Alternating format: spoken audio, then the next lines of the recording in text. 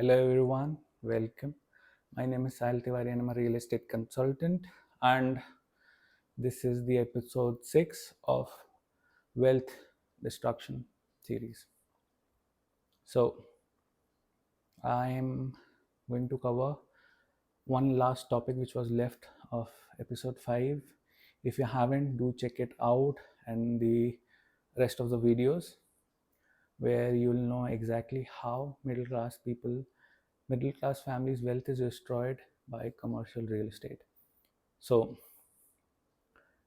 moving on. So what I was covering was how particular real estate actually destroys wealth. So, number fourth is malls. Having a shop or a showroom or whatever you call it, a commercial space in a mall. And by definition, what is a mall? Any project which is covered from all sides and have an entry, and then you can access that all the brands or all the showrooms which are present in that mall. So that's general definition of a mall. Okay, so let's assume a big mall in a big city. Okay, so the point is malls they do work. It's not like that they won't. They do work. They attract a lot of premium also, but the big drawback with malls is it doesn't work for a longer period of time. So assuming you, so not every project works. Okay, let me clear this upfront. Not every project once works. 1 out of 10 project might do well, but they don't. Actually, what happens is they do well for a couple of years, and then some new other project comes, new other mall comes, just 500 or 600 or a kilometer away from your that particular mall, and now the gentry is shifted. Now the footfall is shifted to the newer mall. Everyone is going to the new happening place, and that particular mall is left with footfall which doesn't actually spends a lot of money. So the big brands don't actually come, which can pay a higher rental yield. They don't come, and brands which just barely sustain comes there, brands or a business or whatever you call it. Okay, so let's assume a grade A mall, a happening mall, which has big showrooms, big fine dinings in it, big showrooms, everything big, nice PVR or a multiplex, everything well maintained, well beautified, well decorated, security is good, staff is good, everything is perfect in that particular mall, everything works well. And but the problem is it works for maybe 5 years, maybe 6 years, and as soon as another project comes near it, it goes down. So 1 out of 10 chances you have only 10% malls going to work. And the problem is the start of it is the peak of it. And as I've said, if you're thinking of real estate, you have to be long term in it. Bare minimum 15 years. Real estate, bare minimum 50 years. I personally don't believe in 15 years. I believe more than that, at least 50 years, 50. But let's, bare minimum is 15 years for a particular project or a particular shop. Not shop, I don't recommend shop, but particular unit you're buying. Okay, so bare minimum 15 years you should be in it. And to understand a mall working for 15 years, to having a constant footfall is a very big thing. And how mass produced these malls have become is another problem, because earlier 1 or 2 mall used to be there for a huge area, and everyone wanted to come there on a weekend and spend their time. That's not the case. Multiple malls are opening just within 5 kilometer radius. 5 kilometer radius is a big radius, not, I mean, a kilometer radius. Multiple malls are there, and each mall is bigger than the previous one. And bigger brands deal are done, bigger brands are coming there. The footfall is shifting, the footfall not increasing. It's just they used to go from mall A to spend their weekend, now going to mall B, then they go to mall C, then they go to mall D, and that's it. And the older the mall gets, it's harder for brands to work in that particular unit.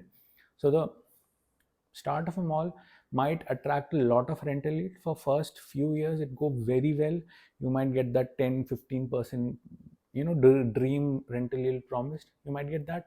But on the longer run, the price will only appreciate because the residential area has appreciated. That's why the commercial price will appreciate, but nobody is going to buy it. So on paper it's 18,000 per square foot rate, but it's not actually, because no one is going to buy it. That's how it's not working. So let's understand what actually happens when a mall is dying. Like, how do you spot a dying mall?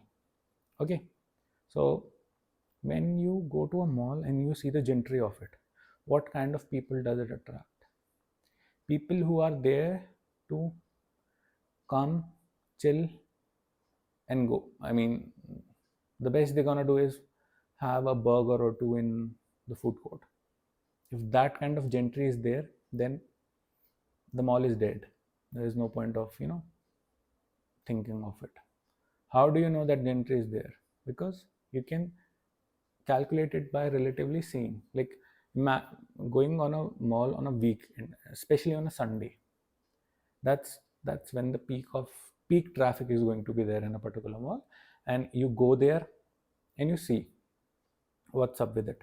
Okay, you're seeing a lot of people in there, the parking is almost full, and a lot of people are there. But when you see the brands, big brands, and the people in the particular shop, and they are empty, then you can understand the people are coming to the mall, but they're not coming to spend money.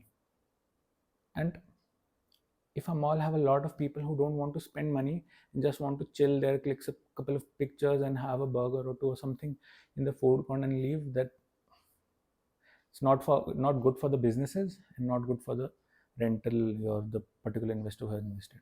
So it's not going to work for you if you're going to invest that mall as a brand or as a shop owner, showroom owner, whatever you want to say. It's not going to work for you because the gentry is not good. People are not there to spend money.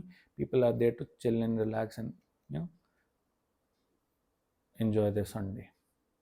A lot of people are there in the food court. A lot of people might be there in that, malls have particular section where kids play, a haunted house, or gaming arena, something or the other. That's the best the mall can offer. It's still good for the mall to sustain their expenses, but it's not good for the particular shop owner. Unless you're a big brand, then you might attract a footfall. But just because you're a big brand, the footfall is there for only for your brand, not for you. So renting out to your shop to a big brand, chances are extremely low. Don't be so optimistic that you buy a particular unit and a brand will come and approach you. No, that's not going to work for you. So big no for malls. Big no. Because one more reason before moving to next, let me explain another reason how you can identify a mall is dying. So a lot of mall have offices, um, offices of property dealers, offices of CAs, advocates, dentists, these kind of clinics. I mean, these kind of things opens in a mall, then it's not working. Why? Because these kind of places don't attract footfall from the crowd which is coming to the mall. They have their own footfall. A doctor has particular set of clients, his own clients. They will be coming there, and they're coming only for that doctor. They're not coming for the mall. Same for an advocate. I mean, if they are attracting any footfall, any new client is through online advertising or Google reviews or just dial thing, not the people not coming because the mall is great. Okay, so that kind of thing happens. If a mall has, you know, a lot of massage parlors, the massage parlor I mean is not a good one, the shady massage parlor where illegal activities happens. If that kind of, you know, business are there, a lot of shady massage parlors are there. I mean, 2, 3, 4, 5, 10, there are malls which where it's only sustaining on these massage parlors. If that kind of gentry is there, then it's a chaos, because this is where a lot of legal cases can happen. Police might be raiding it on regular basis. A lot of trouble can happen. So you can understand what kind of gentry is there. That's doomed. That mall is not a mall. It's a shell. It shouldn't be there. And if that kind of, if you invest money in that kind of future of that mall is there, so it's extremely disappointing, because the wealth is, the money is, everything is lost in that. So you have to be beware of these things. If a mall is not working, you have those signs. Gentry is not good. People are not going into the mall to, you know, visit a business. They're actually going to spend their time just that. Not good kind of, you know, brands are there. I mean, particular individual level offices are there. That's not a good start. I mean, that mall is dying. And as soon as it has massage parlors, that shady massage parlors in it, then the mall is dead. It's gone. Okay. So these might be the reason how a grade A mall becomes to grade C, D. I mean, you know, dies. The mall gets destroyed. That's how you can know it's not working. That's how you know it's dead. So it might be a grade A mall at the start of it, but it will slowly deteriorate. And as soon as these things happen, it's gone. So that's it for this video. I'll explain that ghost mall and a little more on about the mall in the next episode. So thank you for watching. Like, share, subscribe. And if you're actually enjoying this series, do comment loving it. That's what I request you to do. So if you have any question, that's also welcome, but do comment loving it. Thanks for watching. See you next time.